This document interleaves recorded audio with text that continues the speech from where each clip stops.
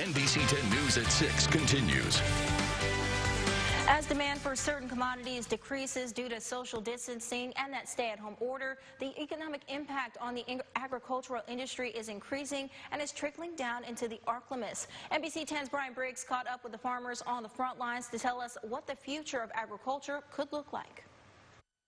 I'm a young person, so, I always hear about the dark days of agriculture, but I'm afraid we're living them right now. Scott Franklin is the chairman of the Richland Parish Chamber of Commerce, as well as a farmer. The livelihood farming provides him, the ArkLamis, and the country is becoming harder to sustain each year, and in 2020, each day. This is largely due to the decreased demand caused by coronavirus. This lack of demand is causing a negative domino effect across the country in industries such as oil and meat, ones that are heavily reliant on farmers. Prevented planting helps to insure farmers with crop losses due to poor planting weather. In the past, farmers would file a preventative plant claim and then later follow with a later crop like soybeans or cotton. Bad weather has plagued agriculture over the last few years, and market prices on following crops were low to start with. The coronavirus dropped them even lower. Currently, nearly all the crops that we grow here in Louisiana, they're priced below break-even levels. In the case of corn, soybeans, and cotton,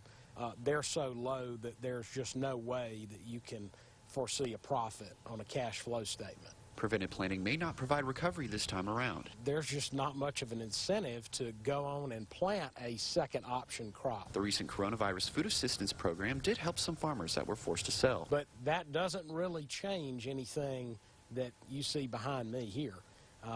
These crops, either they're going to get planted or they're not, and right now there's really no aid situation on the table for the 2020 crop. In Richland Parish, Brian Briggs, NBC 10, your local news leader. Franklin also says that the side effects are already doing their damage, with it showing up in the ag markets fairly soon.